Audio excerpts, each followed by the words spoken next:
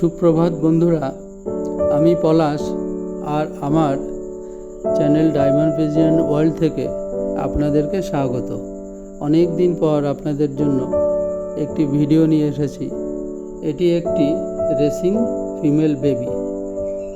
এটি সেট করে ফেলেছি, এ রেডি হচ্ছে রেস করার জন্য। এখন এটি 5 পরে আছে। দশক কমপ্লিট হলে টেস্ট রেস শুরু করবে।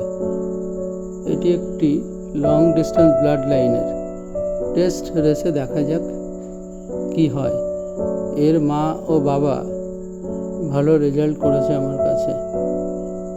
এর সঙ্গে আরও কিছু রেস করবে যারা কিনা লাস্ট ইয়ারের।